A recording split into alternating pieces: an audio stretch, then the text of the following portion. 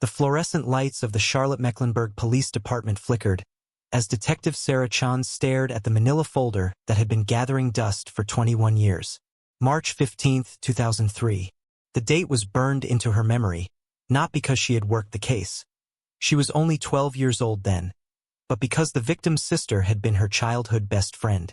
Emily Morrison, 23 years old, art student at UNC Charlotte, found strangled in her off-campus apartment on a Tuesday morning by her roommate.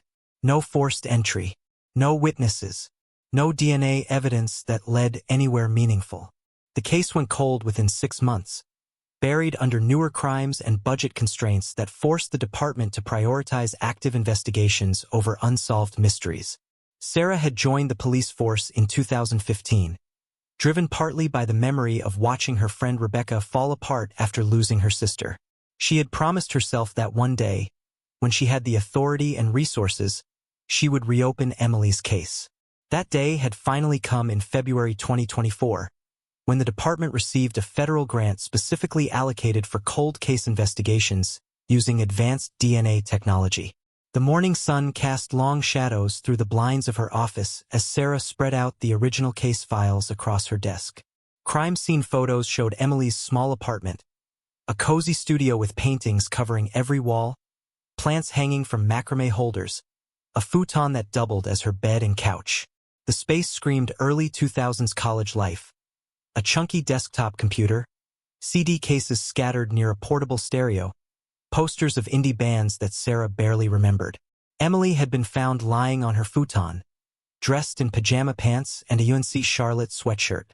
The medical examiner determined she had been strangled sometime between midnight and 3 in the morning. Her phone, a flip phone, Sarah noted with a touch of nostalgia, showed her last call had been to her boyfriend at 11:30 the previous night. They had talked for 47 minutes, discussing plans for spring break. The boyfriend, Marcus Webb, had been the prime suspect initially. Sarah read through the interrogation transcripts carefully. Marcus had been a graduate student in the business school, 3 years older than Emily. He claimed he had gone straight to bed after their phone call and had no idea anything had happened until police showed up at his apartment the next afternoon. His alibi was weak. He lived alone, had no roommates to verify his story, and his apartment was only a 15-minute drive from Emily's place. But the DNA evidence told a different story. Skin cells found under Emily's fingernails during the struggle belonged to someone else. The profile was entered into CODIS, the FBI's DNA database, but came back with no matches. Without a suspect to compare it to, the investigation stalled. Marcus was cleared after polygraph tests and continued questioning yielded nothing concrete. He eventually left Charlotte, moved to Seattle, got married, and built a career in finance. Sarah had already confirmed he was still there, remarried after a divorce with 2 kids. Sarah's partner, Detective James Rodriguez, knocked on her door frame. He was a veteran with 28 years on the force, someone who remembered the original investigation. "Come look at what I found," Sarah said, gesturing to a photograph she had pulled from the evidence box. James walked in, coffee mug in hand, and leaned over her desk. "What am I looking at?"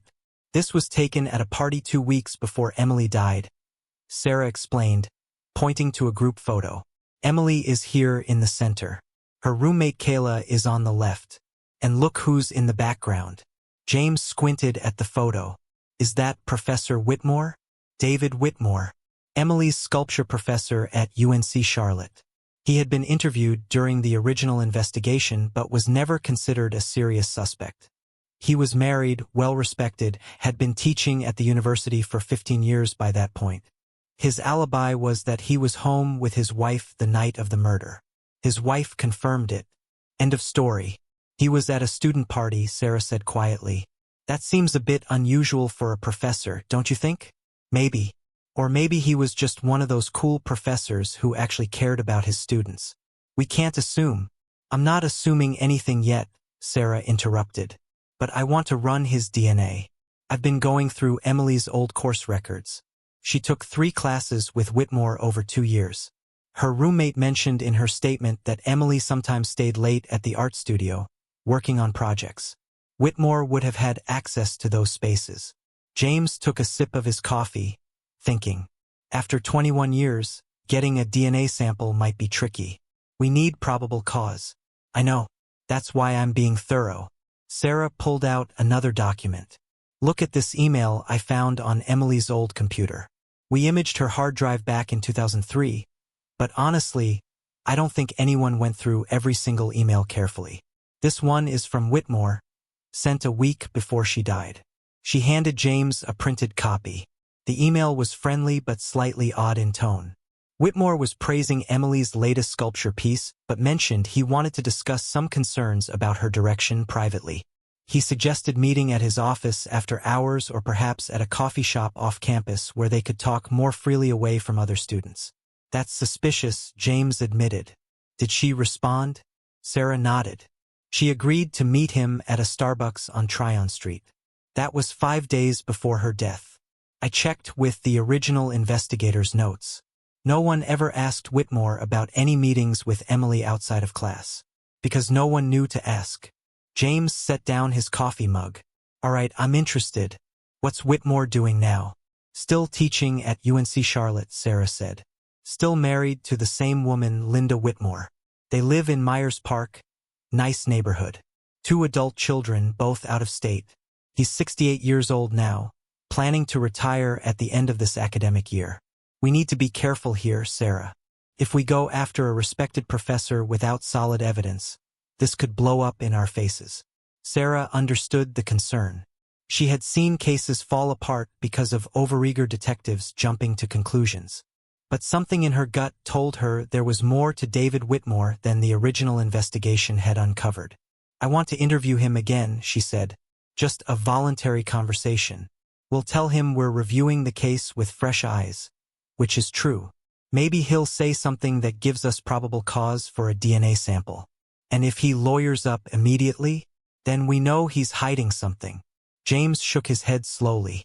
Or he's just a smart guy who knows his rights. But fine, let's do it. When? This afternoon if he's available. I'll call and set it up. 3 hours later, Sarah and James sat in a conference room at the university's administration building. David Whitmore arrived exactly on time, dressed in dark jeans and a button-down shirt with the sleeves rolled up. He looked exactly like what Sarah imagined a longtime art professor would look like. Wire-rimmed glasses, graying hair pulled back in a small ponytail, a leather satchel slung over his shoulder. Professor Whitmore, thank you for meeting with us, Sarah began, shaking his hand. As I mentioned on the phone, we're taking another look at Emily Morrison's case. Of course, Whitmore said, settling into a chair across from them. That was such a tragedy. I still think about her sometimes. She had real talent. You taught her, is that correct? Yes, 3 courses over her time at UNC Charlotte. Intro to Sculpture, Advanced Sculpture, and a senior seminar on contemporary art practices. Sarah opened her notebook. In the original investigation, you were interviewed briefly. You confirmed you were home with your wife the night Emily was killed. That's correct. Whitmore's expression remained calm and open. Can you tell us about your relationship with Emily outside of the classroom? Whitmore paused for just a fraction of a second. Relationship might be too strong a word. She was my student. I mentored her work, gave her guidance. Sometimes students would stay late at the studio and I'd check in on them, make sure they were safe, offer feedback. Did you ever meet with Emily off campus? Another pause, this one longer. I may have. I sometimes met with students at coffee shops if they needed to discuss personal issues affecting their work. Art school can be intense emotionally. Sarah pulled out the printed email. We found this correspondence between you and Emily. You suggested meeting at a Starbucks on Tryon Street. Whitmore read the email, his face showing recognition. Yes, I remember this. Emily was struggling with her senior thesis project. She felt overwhelmed. We talked about time management and mental health resources available on campus. What exactly were your concerns about her direction that you mentioned in the email? Whitmore leaned back slightly. She was pushing herself too hard, taking on too many projects at once. I was worried about burnout. As it turned out, I had good reason to be worried, though not in the way I anticipated. James spoke up for the first time. Did Emily ever talk to you about problems in her personal life? Relationship issues? Sometimes students confided in me, Whitmore said carefully. I tried to be someone they could trust. But I don't recall Emily mentioning anything specific about relationship problems. Sarah watched his body language closely. He was controlled, measured, but not defensive. Either he was telling the truth or he was very good at lying. Professor Whitmore, would you be willing to provide a DNA sample voluntarily? It would help us eliminate potential suspects and narrow our focus. This was the moment of truth. Whitmore's expression didn't change, but something flickered in his eyes. Why would you need my DNA? I was never a suspect. It's routine, James said smoothly. We're collecting samples from everyone who had close contact with Emily in the weeks before her death. Purely for elimination purposes. I think I should talk to a lawyer before I agree to that, Whitmore said finally. There it was. Not a refusal, but not cooperation either. That's certainly you're right, Sarah said. We appreciate your time, Professor. After Whitmore left, James looked at Sarah. Well, he's hiding something, she said. I could feel it. Feeling isn't evidence. No, but it's a start. Sarah spent the next week buried in research, determined to find something that would give them legal grounds for a DNA sample. She reviewed every email on Emily's hard drive, every class roster, every security log from the art building. James thought she was becoming obsessed, and maybe he was right, but Sarah couldn't let it go. Not when she was this close. Rebecca Morrison agreed to meet Sarah at a cafe in Dilworth on a Wednesday afternoon. They hadn't spoken in almost 2 years, though they still exchanged birthday messages on Facebook. Rebecca looked older than Sarah remembered. Lines around her eyes that hadn't been there before, her dark hair now streaked with premature gray. Grief had a way of aging people from the inside out. Thank you for seeing me, Sarah said as Rebecca sat down with her latte. Of course. Rebecca's voice was quiet. When you called and said you reopened Emily's case, I almost didn't believe it. After all this time, I thought everyone had forgotten about her. I never forgot. You know that. Rebecca nodded, tears already forming. I know. That's why I'm here. What do you need from me? Sarah pulled out her notebook. I need you to tell me everything you remember about Professor Whitmore, Emily's sculpture teacher. Rebecca frowned slightly. David? Why? His name keeps coming up in the investigation. I need to understand the nature of his relationship with Emily. Rebecca took a long sip of her latte, thinking back.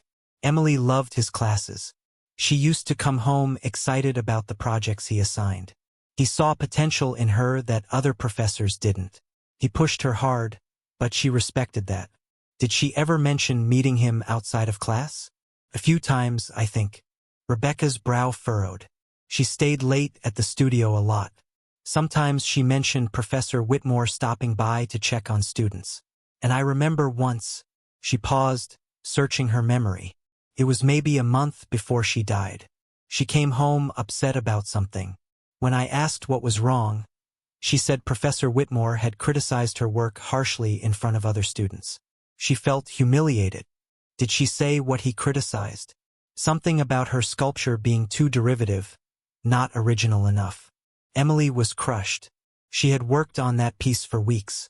But then the next day, she said he apologized to her privately and explained he was trying to toughen her up for the real art world. That's a strange way to teach, Sarah observed. Emily thought so too, but she forgave him. She always saw the best in people. Rebecca's voice cracked. That was part of her problem. She trusted too easily. Did Emily ever mention feeling uncomfortable around Whitmore? Rebecca set down her cup slowly. Why are you asking me this? Because I think he might have been more involved in her life than he admitted to police 21 years ago. Rebecca's face went pale. You think he killed her? I think he knows more than he's saying. Sarah reached across the table and touched Rebecca's hand. But I need evidence. Anything you remember could help. Rebecca closed her eyes, forcing herself to think back to those painful final weeks with her sister. There was one thing.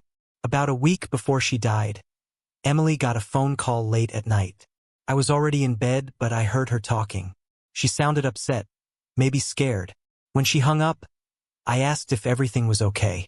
She said it was nothing, Just a misunderstanding with someone from school. Did she say who? No. But she seemed rattled for days after that. She kept checking her phone, looking over her shoulder. I asked Marcus if they were fighting, but he said everything was fine between them. Sarah wrote this down carefully. Did you tell the original investigators about this phone call? Rebecca shook her head, guilt washing over her face. I didn't remember it until later. By then, months had passed and I was so deep in grief I could barely function. I figured it probably wasn't important anyway. But now, oh God. Sarah, what if that was him calling her? What if I could have prevented this? Don't do that to yourself. You couldn't have known. But Rebecca was already crying. 21 years of suppressed grief and guilt pouring out in the middle of a crowded cafe. Sarah moved to sit beside her, putting an arm around her old friend's shoulders. We're gonna find out what happened, Sarah promised. I won't stop until we do.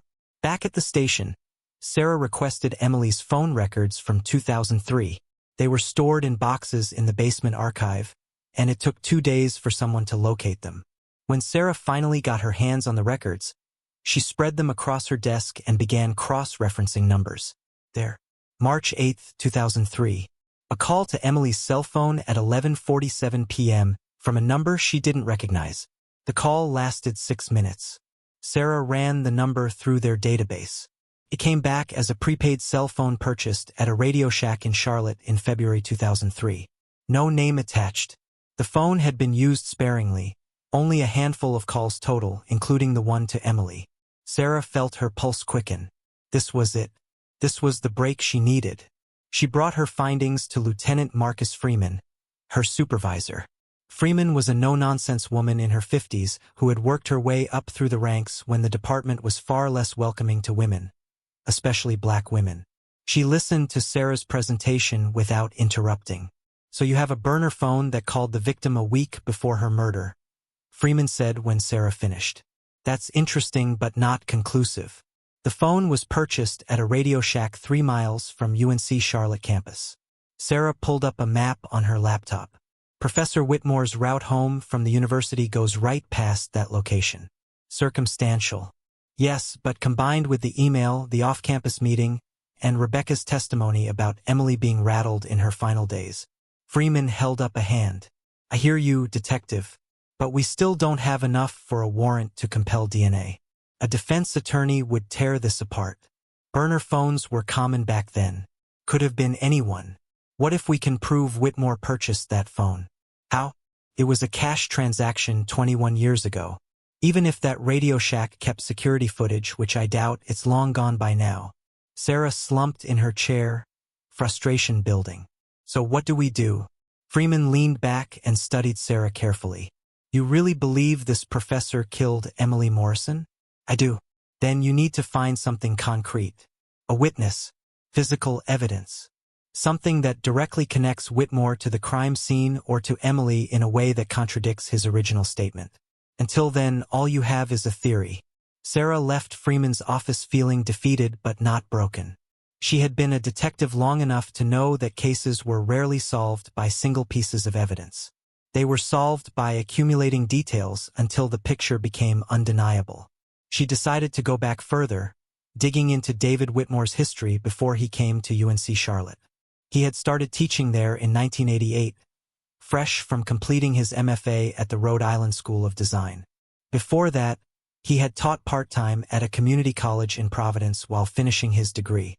Sarah made calls to RISD, to the Providence Police Department, to anyone who might remember David Whitmore from 36 years ago. Most people didn't. But then she connected with a retired campus security guard named Tommy Chin who had worked at RISD in the 80s. David Whitmore? Tommy said over the phone. Yeah, I remember him. Quiet guy, talented artist. Always had students hanging around his studio. Was there ever any trouble involving him? There was a pause. Funny you should ask. There was an incident, must have been 86 or 87. A female student filed a complaint claiming Whitmore had made inappropriate advances. Nothing came of it, though. She withdrew the complaint a few days later. Sarah's heart raced. Do you remember the student's name? No, sorry. That was a long time ago. But I remember the drama it caused for a hot minute before everything got swept under the rug. The school didn't want the bad publicity. Is there any way to find records of that complaint? You could try the school's HR department, but I doubt they kept records from that long ago. And even if they did, privacy laws might prevent them from sharing. Thank you, Tommy. This is helpful. After hanging up, Sarah immediately called RISD's Human Resources Department. After being transferred 3 times, she finally reached someone who could help, or rather, couldn't help. I'm sorry, Detective, the HR representative said. We don't have personnel records dating back to the 1980s in our current system. Everything was paper files back then, and most of those were destroyed after the retention period expired. What about the student complaint system? That would have been handled by Student Affairs, not HR. You would need to contact that department. Sarah did. They told her the same thing. Records from that era were gone, shredded years ago in accordance with policy. Dead end after dead end. But at least now Sarah knew there was a pattern. Inappropriate behavior with female students that conveniently disappeared from official records. She wondered how many other women David Whitmore had targeted over his 40-year career. That evening, Sarah sat in her apartment staring at the case wall she had created in her spare bedroom. Photos of Emily, timelines, notes, red string connecting various pieces of evidence. Her cat, Marmalade, jumped onto the desk and knocked over a stack of papers. Not now, Mars, Sarah muttered, gently moving the cat aside. Her phone buzzed. A text from James. You need to see this. Come to the station. Sarah grabbed her keys and drove through Charlotte's evening traffic, her mind racing with possibilities. When she arrived at the station, James was waiting for her in the conference room with a woman Sarah didn't recognize. Sarah Chun, meet Amanda Brookshire, James said. She saw the news segment about us reopening Emily Morrison's case. Amanda was in her early 40s, professionally dressed, with nervous energy radiating from her. She shook Sarah's hand with trembling fingers. I need to tell you something about David Whitmore, Amanda said, her voice barely above a whisper.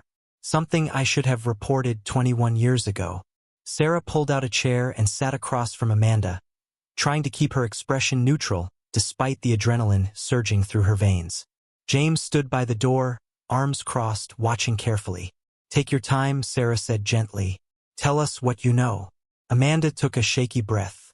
I was a student at UNC Charlotte in 2003. I was in the art program, though I eventually switched majors to business.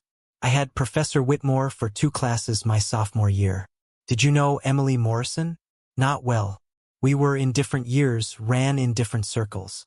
But I knew who she was. Everyone in the art department knew Emily. She was talented, kind, always helping other students with their projects. Amanda's eyes filled with tears. When she died, the whole department was devastated. Sarah waited, sensing there was more. Amanda wiped her eyes and continued. About a month before Emily was killed, something happened to me. Professor Whitmore asked me to stay after class one day. He said he wanted to discuss my midterm project. We went to his office, which seemed normal at first. But then he closed the door and stood between me and the exit. Sarah felt her stomach tighten. What happened next? He started telling me that I had potential, but I wasn't applying myself. He said I seemed distracted lately, asked if I was having problems at home or with a boyfriend. I told him everything was fine. I just needed to focus more. Then Amanda's voice broke. He put his hand on my shoulder and said he could give me private tutoring sessions if I wanted. Extra help outside of class. The way he said it, the way he looked at me, I knew what he was really offering. Did he explicitly proposition you? No, nothing that direct. But the implication was clear. He moved closer, still blocking the door. He said some students understood how to get ahead in the art world and some didn't. He said the most successful artists knew how to build relationships with the right people. His hand moved from my shoulder to my back. How did you get out of there? Panicked. I told him I had another class starting in 5 minutes and pushed past him. He let me go. But as I left, he said something like, we'll continue this conversation another time. I never went back to his class. I dropped it the next day and switched to a different section with a different professor. Did you report what happened? Amanda shook her head, shame crossing her face. I was 20 years old and terrified. He was this respected professor with tenure and influence. I was nobody. Who would believe me? And technically, he hadn't actually done anything actionable.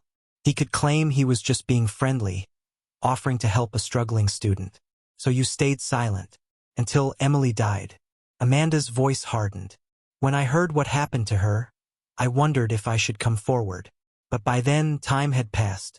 I convinced myself it wasn't relevant, that I was probably overreacting about my own experience. The police arrested some suspect briefly, then let him go. The case went cold, and I tried to forget about all of it. Why come forward now? Because I saw on the news that you reopened the case.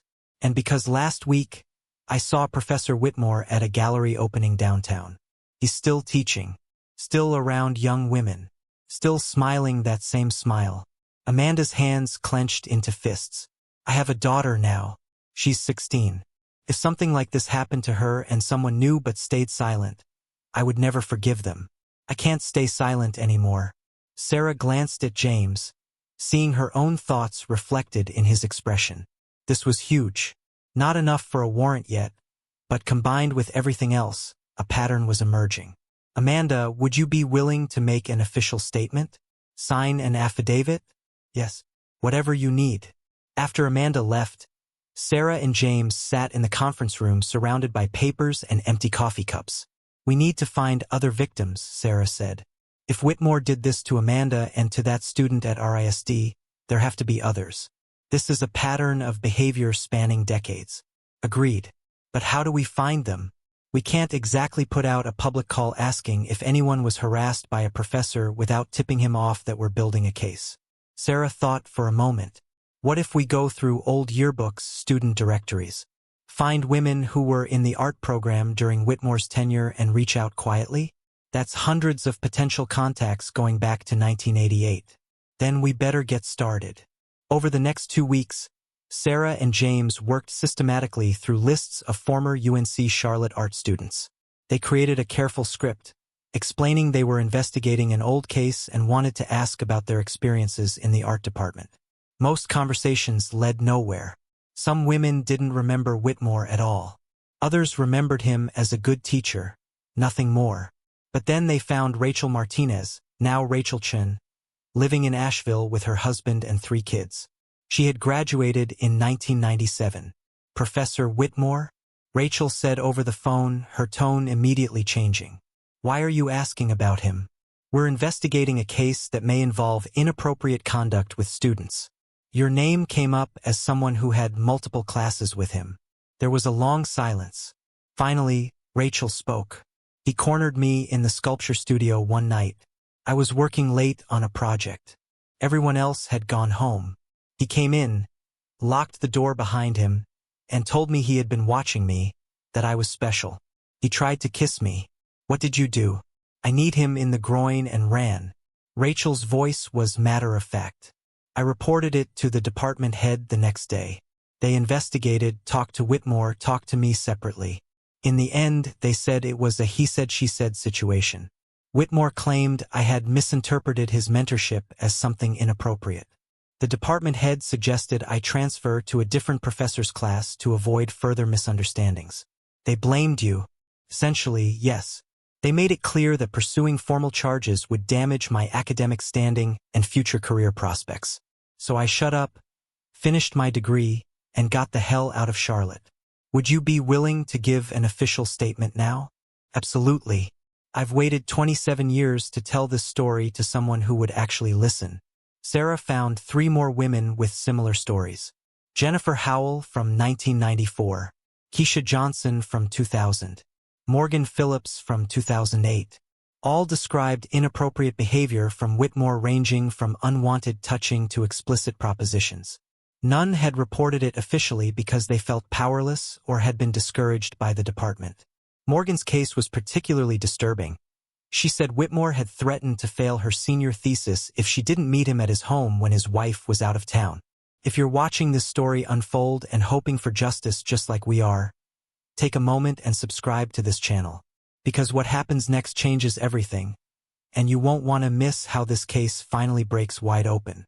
Armed with 5 witness statements documenting a decades-long pattern of predatory behavior, Sarah and James returned to Lieutenant Freeman.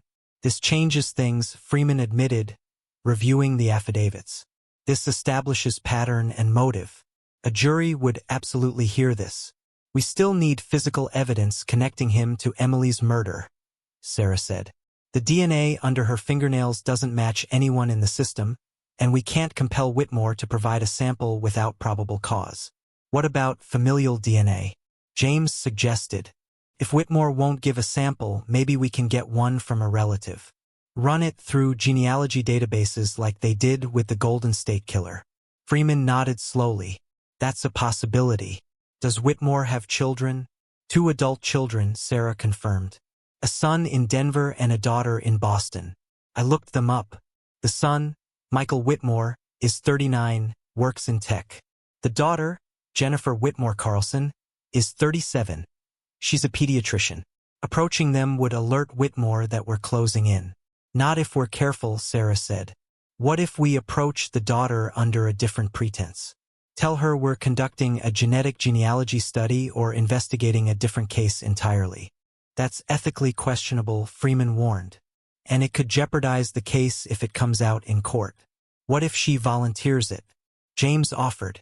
"What if we explain that we're looking into unsolved cases and DNA technology has advanced, and we're asking family members of persons of interest to consider helping eliminate their relatives from suspicion?" "It's a fine line," Freeman said.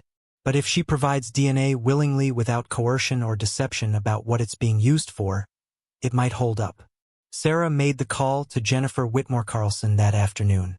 It was one of the most difficult conversations of her career. "Dr. Whitmore Carlson, my name is Detective Sarah Chun from the Charlotte-Mecklenburg Police Department. I'm calling about a cold case investigation from 2003. There was a pause.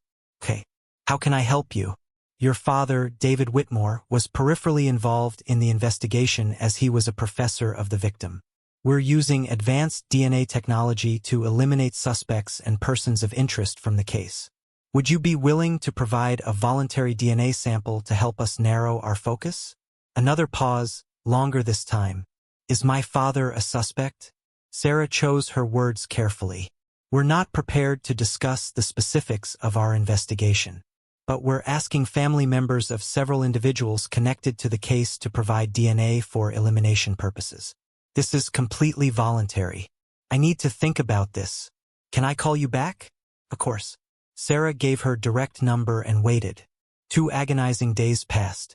Sarah jumped every time her phone rang. Finally, on Thursday afternoon, Jennifer called back. "I'll do it," she said, "but I want to know the truth.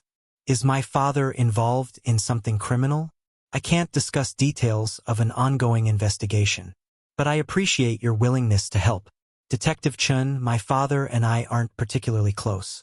We haven't been for years. If he did something wrong, I want to know." Jennifer's voice was steady, determined. "Send me the DNA kit. I'll mail it back within 48 hours. Thank you, Dr. Whitmore Carlson. This could help bring closure to a family that's been waiting 21 years for answers." After hanging up, Sarah sat back in her chair and released a breath she didn't know she'd been holding. James appeared in her doorway. "She's doing it? She's doing it. Now we wait." The DNA kit arrived back at the lab on a Tuesday morning, exactly 48 hours after Jennifer Whitmore Carlson had received it. Sarah watched through the laboratory observation window as the forensic technician logged the sample and began the extraction process. The analysis would take 3 to 5 days, but Sarah knew she would spend every minute of that time unable to think about anything else. She tried to stay busy. She reviewed other cases, did paperwork, helped James with a robbery investigation. But her mind kept drifting back to that evidence box from 2003, to the DNA profile that had sat in a database for 21 years waiting for a match. On the 4th day, Sarah's phone rang at 6 in the morning. She grabbed it from her nightstand, heart pounding. "Chin." It was Dr. Patricia Knowles from the forensic lab. Her voice was calm, but Sarah could hear the undercurrent of excitement. "You need to come in. We have results." Sarah was dressed and out the door in 10 minutes. She called James from her car, told him to meet her at the station. When she arrived, Dr. Knowles was waiting in her office with printouts spread across her desk. The DNA sample from Jennifer Whitmore Carlson is a familial match to the unknown male DNA found under Emily Morrison's fingernails, Dr. Knowles explained. The probability of relatedness is 99.7%. The donor of the DNA under Emily's nails is almost certainly Jennifer's biological father, David Whitmore. Sarah felt the world shift beneath her feet. After 21 years, they had him. James arrived 20 minutes later, and they immediately brought their findings to Lieutenant Freeman. Freeman reviewed the lab results carefully, then picked up her phone and called the district attorney's office. By noon, they had a warrant for David Whitmore's arrest and a search warrant for his home and office. "We do this quietly," Freeman instructed. "He's still teaching classes. We pick him up at the end of his workday, minimize the scene on campus. Rodriguez, you and Chen take the lead. I want tactical backup standing by but not visible unless necessary." Sarah and James drove to UNC Charlotte that afternoon with 3 uniformed officers in an unmarked vehicle following behind. According to Whitmore's schedule, his last class ended at 4:15. They waited in the parking lot near the art building, watching students stream out carrying portfolios and backpacks. At 4:32, David Whitmore emerged from the building. He was laughing with a young female student, his hand briefly touching her elbow as they talked. Sarah felt her jaw clench. "Let's go," she said. They approached from different angles, boxing him in before he could react. The student backed away nervously as Sarah and James displayed their badges. "Professor David Whitmore," Sarah said, her voice steady and clear. "You're under arrest for the murder of Emily Morrison. You have the right to remain silent." Whitmore's face went white. "This is insane. I didn't kill anyone. You have no evidence. Turn around and put your hands behind your back. I want my lawyer." "I'm not saying anything without my lawyer." "That's your right," James said, pulling out handcuffs. "But you're still under arrest." As they led Whitmore to the patrol car, students stopped and stared. Phones came out recording the scene. By the time they reached the station, the video was already spreading across social media. Respected UNC Charlotte professor arrested in 21-year-old murder case. The interrogation room at the Charlotte-Mecklenburg Police Department was deliberately uncomfortable. Harsh fluorescent lighting, cold metal table, chairs designed to prevent relaxation. David Whitmore sat with his attorney, a sharp-faced woman named Patricia Valdez who specialized in criminal defense. "My client maintains his complete innocence," Valdez said before Sarah and James could even sit down. "This arrest is based on flimsy circumstantial evidence and will not hold up in court." "Your client's DNA was found under the victim's fingernails," Sarah said calmly. "She fought back against her attacker. She scratched him. And those skin cells have been waiting 21 years to tell us who killed her." "I never touched Emily Morrison inappropriately," Whitmore said, his voice tight with barely controlled anger. "I was her professor. Yes, I mentored her. Yes, we talked about her work. But I did not kill her." "Then how do you explain your DNA under her fingernails?" Whitmore glanced at his attorney, who gave him a slight nod. "We may have shaken hands. Artists touch each other's work, examine sculptures together. Cross-contamination is possible." The DNA was skin cells embedded deep under her nails, consistent with scratching during a violent struggle, James said. "Not casual contact. We have 5 women who have come forward with statements documenting your pattern of sexual harassment and assault spanning 3 decades, Sarah added. "We know what you are, Professor Whitmore. We know what you did to Rachel Martinez in 1997, to Amanda Brookshire in 2003, to Morgan Phillips in 2008. Emily Morrison wasn't going to stay silent like they did. Was she?" Whitmore's composure cracked for just a moment. "Those allegations are lies. Misunderstandings blown out of proportion by vindictive students who failed my classes." "All 5 of them?" Sarah leaned forward. "They don't know each other. They're from different years, different cities now. But they all tell the same story about you. A predator who used his position of power to prey on vulnerable young women." "This interview is over," Valdez said sharply. "Unless you have additional evidence beyond circumstantial DNA that could have been transferred innocently, we're done here." "We have the burner phone," Sarah said quietly. The prepaid cell phone purchased 3 miles from campus that called Emily Morrison at 11:47 p.m. on March 8, 2003. 1 week before her murder. We subpoenaed the Radio Shack's credit card records from that day. Most purchases were cash, but a few were credit cards. We cross-referenced those cards with UNC Charlotte faculty parking passes. She slid a photocopy across the table. A credit card receipt from February 15, 2003. The purchase immediately after the prepaid phone sale. David Whitmore had bought a pack of batteries and paid with his Visa. You were in that store. You were there when the burner phone was purchased. And that burner phone called Emily Morrison a week before she died. Whitmore stared at the receipt. His hands were shaking now. What did you say to her during that 6-minute phone call? Sarah pressed. Did you threaten her? Did she tell you she was going to report what you did to her? That she was going to make sure you never taught another student again? I didn't. Whitmore's voice trailed off. We searched your home this afternoon, James said. We found journals. Detailed journals going back to 1986. You wrote about your students. About the ones you found attractive. About your fantasies. Those are private, Whitmore whispered. You had no right. We had a warrant. And those journals contain entries about Emily Morrison. Dozens of entries. You were obsessed with her. She was talented. I admired her work. You wrote about the way she looked in her studio apron, Sarah read from a printout. About wanting to run your hands through her hair. About imagining what she would look like without her clothes. This isn't admiration, Professor. This is obsession. Valdez put a hand on Whitmore's arm. Don't say another word. But Whitmore was breaking down. Years of carefully constructed lies crumbling. She threatened to destroy me. She came to my office and said if I didn't stop making advances toward her, she would go to the dean, to the newspapers, to everyone. She said she had emails, witnesses, evidence.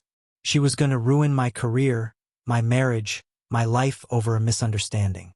So you killed her, Sarah said softly. I didn't mean to. Whitmore put his head in his hands. I just wanted to talk to her, to make her understand. I went to her apartment that night to reason with her. But she wouldn't listen. She started yelling, threatening to call the police. Panicked. I grabbed her to make her stop screaming and then, it just happened.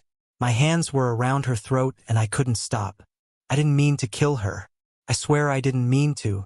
The room was silent except for the whir of the recording equipment capturing every word of his confession. 21 years, Sarah said, her voice hard. Emily Morrison has been dead for 21 years. Her family has suffered for 21 years. And you went on with your life. Teaching. Mentoring. Preying on more young women. How many others, Professor Whitmore? How many others did you hurt after Emily? Whitmore said nothing, but tears streamed down his face. The confession changed everything. The district attorney fast-tracked the case to trial, knowing that with DNA evidence, journals, witness testimony, and Whitmore's own admission, conviction was virtually guaranteed. The defense tried to argue temporary insanity, claiming Whitmore had acted in a moment of emotional distress without premeditation. But the prosecution pointed to the burner phone, to the calculated cover-up, to the 21 years of lies. This was not a crime of passion. This was a predator silencing his victim. The trial lasted 3 weeks. Sarah sat in the courtroom every day, watching as witness after witness testified. Rebecca Morrison took the stand and spoke about her sister, about the vibrant young woman whose life had been stolen. The 5 women who had come forward about their experiences with Whitmore testified about his pattern of behavior. The forensic experts explained the DNA evidence in meticulous detail. And then came the moment Sarah had been waiting for. The jury foreman stood and read the verdict. We find the defendant, David Whitmore, guilty of murder in the 1st degree. Rebecca collapsed into Sarah's arms, sobbing. After 21 years of questions and pain and uncertainty, there was finally an answer. Finally, justice. Outside the courthouse, media surrounded them. Sarah stood with Rebecca, James, and Lieutenant Freeman as cameras flashed. This conviction belongs to Emily Morrison and to every woman who had the courage to come forward, Sarah said into the microphones. For 21 years, this case was cold. But we never gave up. And we never will give up on seeking justice for victims, no matter how much time has passed. The sentencing hearing took place 6 weeks after the verdict. Sarah arrived early, wanting to be there when Rebecca and her family walked in.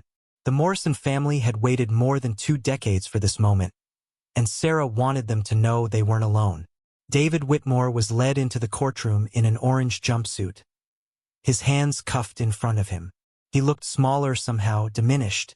The arrogant professor who had wielded power over vulnerable students for 40 years was gone, replaced by a 70-year-old man facing the rest of his life in prison. Judge Marion Hastings, a stern woman with 30 years on the bench, reviewed the case file one more time before addressing the court. This case, she began, represents not just one murder, but decades of abuse, manipulation, and the exploitation of trust. The defendant used his position of authority to prey on young women who looked to him for guidance and mentorship. The prosecution had recommended life without parole. The defense asked for leniency based on Whitmore's age and lack of prior criminal record, conveniently ignoring the decades of sexual harassment that had simply never been prosecuted. Before I impose sentence, Judge Hastings said, "I want to hear from the victim's family." Rebecca Morrison stood slowly, her hands gripping a piece of paper covered in handwriting. She walked to the podium and cleared her throat. "My sister Emily was 23 years old when David Whitmore murdered her. She had her whole life ahead of her. She wanted to be a sculptor, to teach art to underprivileged children, to travel the world and create beauty.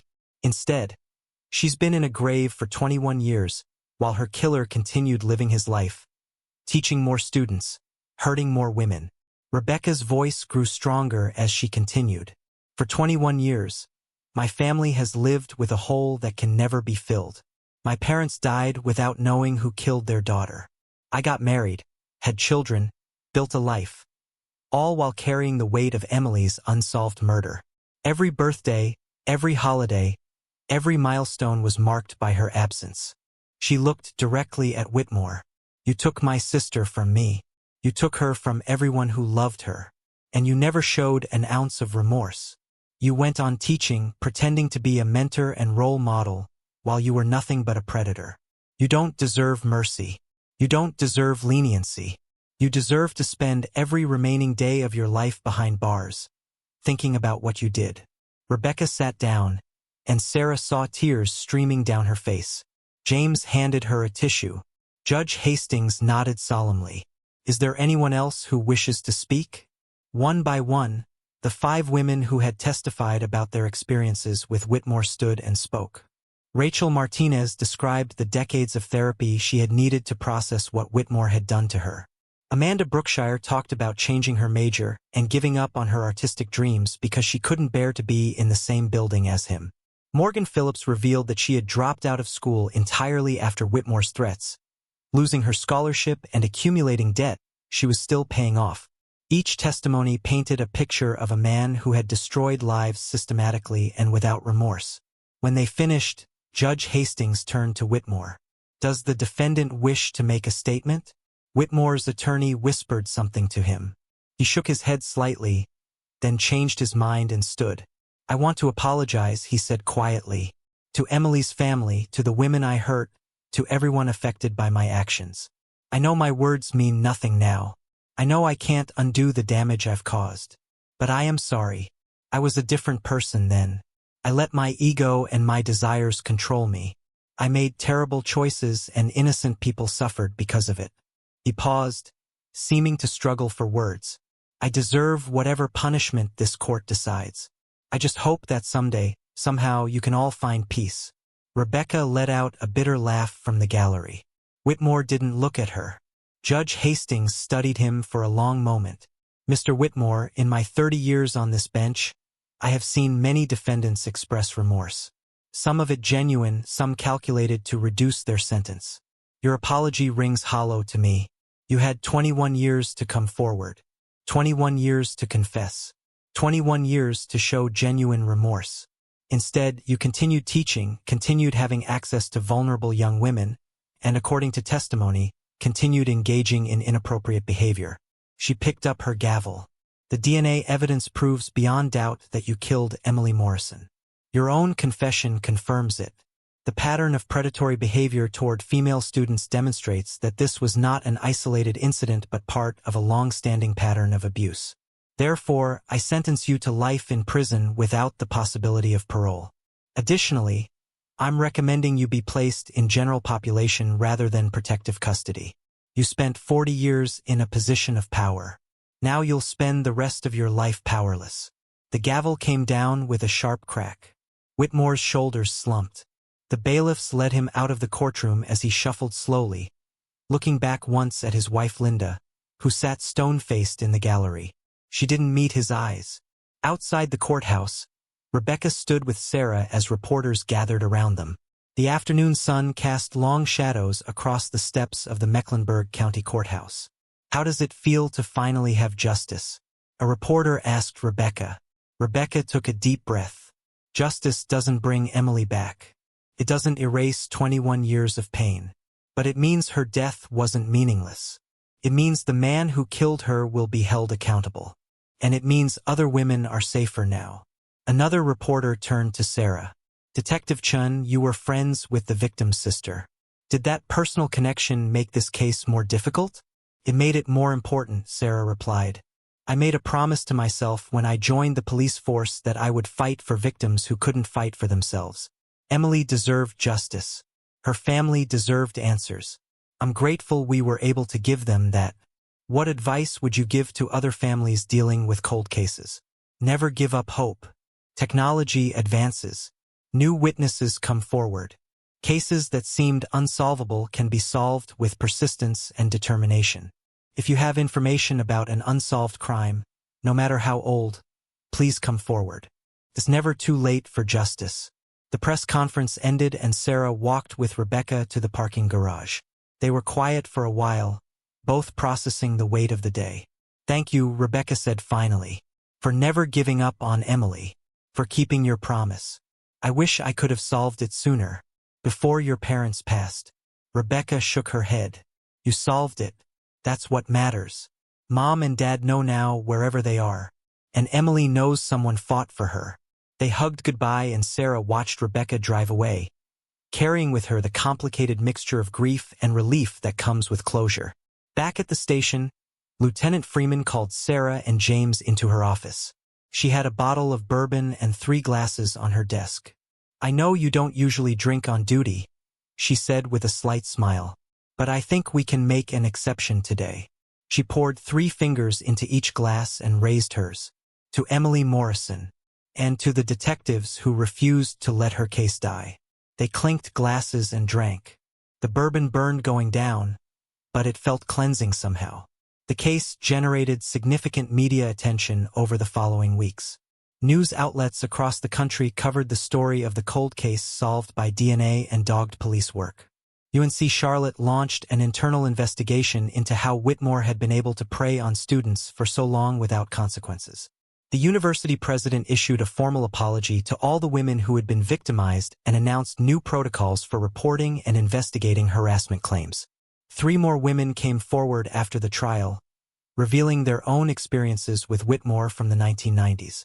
While the statute of limitations had expired for criminal charges, their testimonies added to the public record of his decades of abuse. Sarah received calls from cold case units in other jurisdictions asking about her investigative techniques. She gave presentations at law enforcement conferences about the importance of revisiting old evidence with new technology. The Morrison case became a teaching example in police academies. But the moment that meant the most to Sarah came 3 months after the sentencing. She received a letter from Jennifer Whitmore Carlson, the daughter whose DNA had helped crack the case. The letter was handwritten on cream-colored stationery. Detective Chun, I've been trying to find the right words for months now. I'm not sure these are them, but I need to try. Thank you for giving me the opportunity to help bring justice to Emily Morrison and her family. When you first called, I was terrified of what I might discover about my father. Part of me hoped the DNA wouldn't match, that there had been some mistake. But another part of me, a part one had been suppressing for years, knew. I knew there was something wrong with him. I knew about the way he looked at my teenage friends when they came over. I knew about the whispered phone calls and the late nights he claimed were faculty meetings. I knew, but I didn't want to know. Learning the truth was devastating, but it was also liberating. I don't have to make excuses for him anymore or rationalize his behavior. I can acknowledge what he is, a murderer and a predator, and separate myself from his actions. My mother is struggling. She's filed for divorce but still can't fully accept what he did. My brother refuses to speak to me because I provided the DNA. He thinks I betrayed the family. But I don't regret it. Emily Morrison deserved justice. The other women he hurt deserved validation. And future potential victims were protected. I'm in therapy now, working through complicated feelings about growing up as the daughter of a murderer without knowing it. My therapist says healing takes time. I wanted you to know that what you did mattered. Not just to Emily's family, but to everyone affected by my father's actions. You gave voice to women who had been silenced. You showed that power and position don't put someone above the law. Thank you for your dedication, your persistence, and your compassion throughout this process. With gratitude, Jennifer. Sarah read the letter 3 times, then carefully folded it and placed it in her desk drawer. These were the moments that reminded her why she had become a detective. Not for the media attention or the commendations, but for the victims who finally got answers and the families who could finally begin to heal.